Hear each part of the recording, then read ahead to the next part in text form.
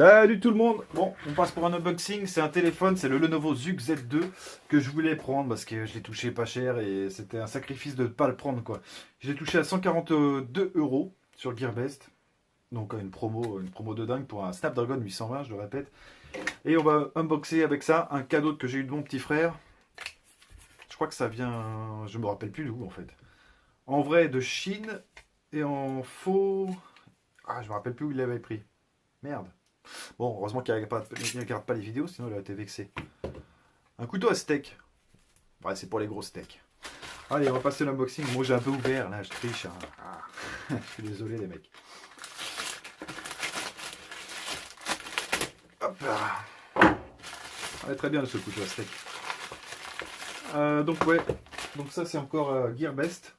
Et 140 boules, quoi. Le nouveau Zug Z2. D'ailleurs, ils auraient pu mettre le Z, hein. Ils l'ont pas mis. Donc avec un bouton style Meizu, style Meizu, on va pas dire Meizu, on va dire style Meizu parce que s'il y a un cliquetis un peu dur, des conneries comme ça, s'ils l'ont mis sur le côté Zug Z2. Donc derrière on a les IMEI, il est fabriqué à Beijing, par l'usine de Beijing, donc Beijing. L'usine, j'ai pas le nom.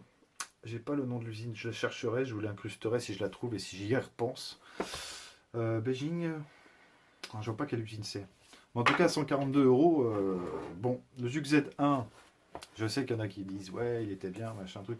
Moi, je trouve qu'il s'était planté vu le prix.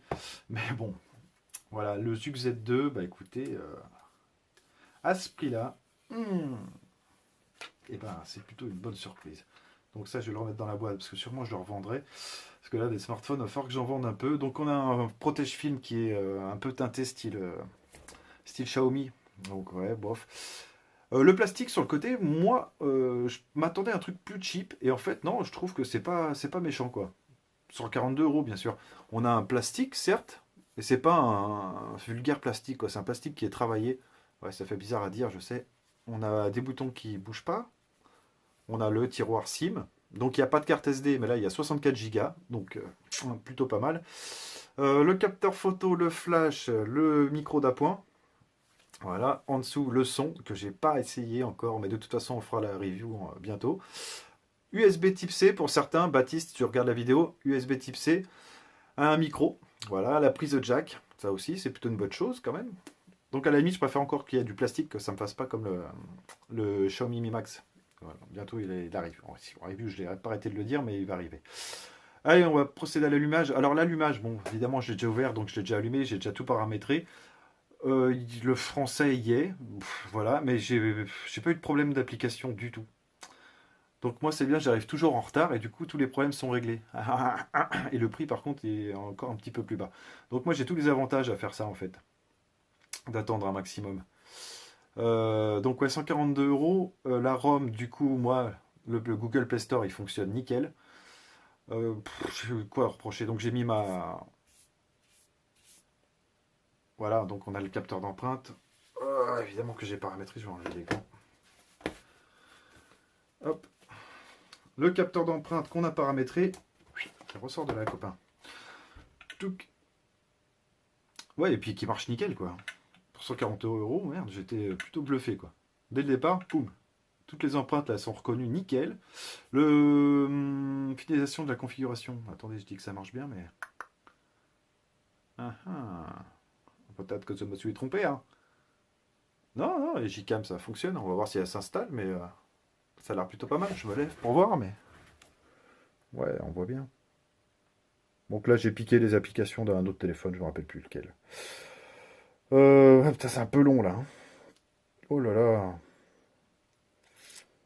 Ouais, ça marche bien, sauf que je vais peut-être pas vous montrer tout parce que c'est un peu long. Bah, de toute façon, comment vous le prouvez que ça fonctionne? Parce que j'ai installé Smart Launcher, Facebook il n'était pas d'office, j'ai installé Dailymotion, Google Photos, Pixel Pro. Voilà, j'ai installé tout ça, donc oui, ça fonctionne, certes.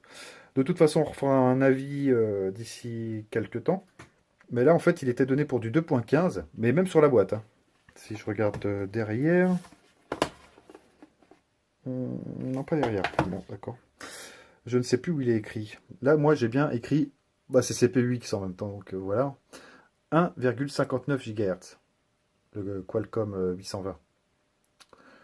Sauf que quand je vais dans paramètres, donc ça, c'est des trucs que j'ai ouvert, j'ai allumé, j'ai tout mis, mais j'ai pas encore bien regardé.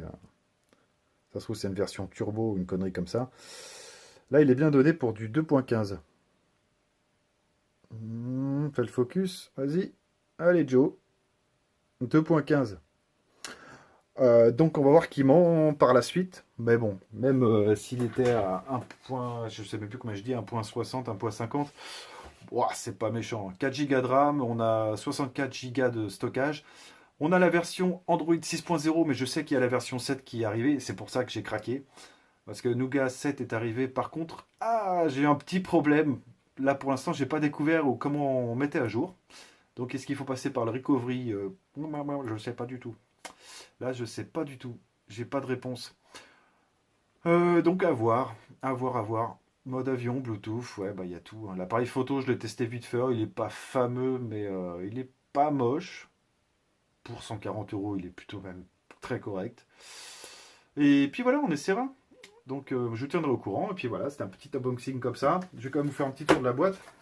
Parce que sinon, pendant le test, je ne vais pas y penser. Donc on a le pin pour le tiroir SIM. On a une notice, je vais vous dire quand même comment elle est.